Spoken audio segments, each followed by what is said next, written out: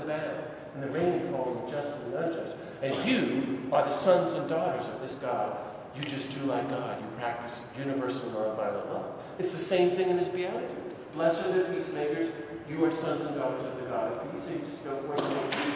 You're just chips off the old block, so to speak. You see, he's saying this political thing and he's describing the nature of God. Okay, well, he had a good thing going and then he wrecks it all by turning and marching to Jerusalem, and he walks into where the religious authorities are working with the empire and the soldiers to oppress all the people in the temple in the name of God, and he turns over the tables of the money changers in an act of peaceful, nonviolent civil disobedience, and he says, no more injustice from now on, the people of contemplative prayer. And, you know, that's a no-brainer. If you're in the outskirts of a horrible empire and you do nonviolent civil disobedience, they're going to arrest you, torture you, and kill you. That's obviously what's going to happen. He doesn't hit anybody, hurt anybody, kill anybody, or drop any nuclear bombs.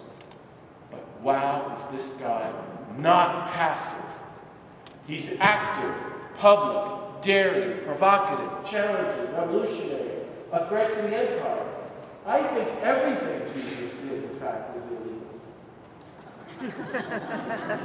He was like a one-man crime wave walking through the Roman Empire. In a world of war, if you're the embodiment of God, of the God of peace, all we know what to do is kill you. Like so.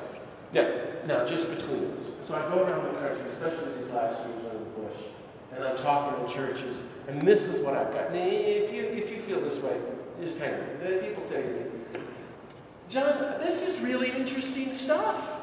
I mean, I gotta grant you that nonviolent stuff is very intriguing. And personally, peace, me, I'm all for peace. Me, I'm a big fan of peace. But sometimes you just gotta kill somebody. I remember my parishioner said that to me in New Mexico. Wow. Where I just had communion and this mother holding her little baby. Her husband was dropping bombs in Iraq.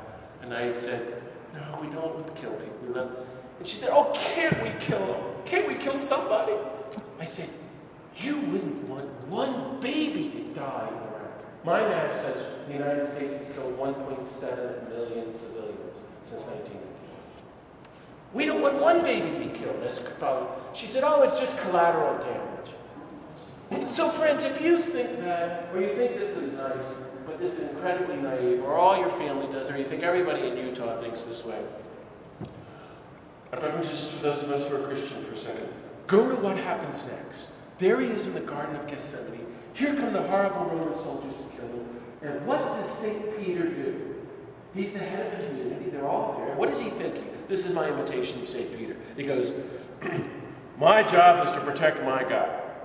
So here come the Roman soldiers. He takes out the sword and he's going to kill to protect Jesus.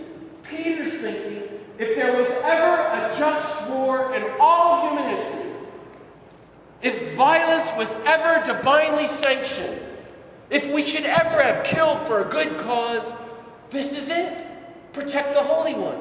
And he's right. That was the ultimate just war. If you're a Christian, that can kill the protect. And just as he goes to kill, the commandment comes down, put down the sword. Friends, I invite you to hear those as the last words of Jesus to the church before he was killed. It was the last thing he said when the whole group was there, men and women. And it was the first time they understand who this guy is. He's like Gandhi. This guy, Peter's thinking, is so nuts about this love, agape, listen to peacemakers, we got to be nonviolent.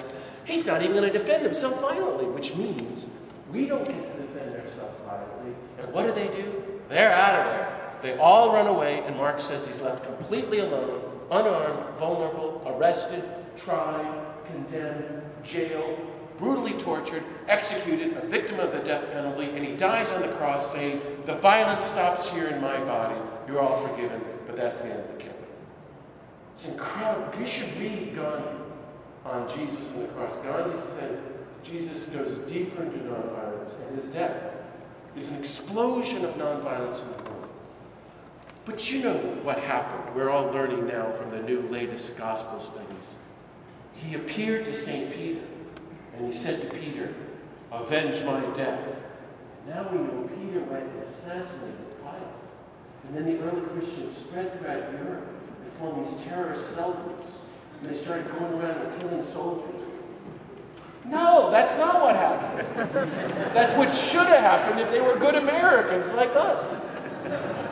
And now think, if you're Jesus, if it were me, I'm the Savior of the world, I came down and I did all this good stuff, I taught all this, and you abandoned me, betrayed me, denied me, arrested me, tortured me, executed me. I go up to heaven, I see God, God says, I need to go back down there. I'd say, I'm not going back down there, those people. And I hold a grudge for about 5,000 years. We're resentful over the smallest things. He comes back and makes breakfast for these guys. And he says, peace be with you.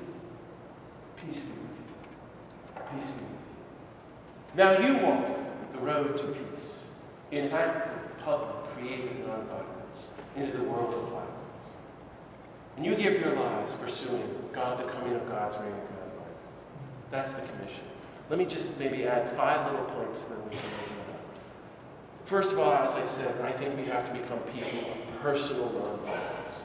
Really, really, really deal with our inner violence and try to cultivate and material nonviolence. We do that, I think, as people of prayer by practicing, and I'm going to paraphrase Merton and the others, contemplative nonviolence.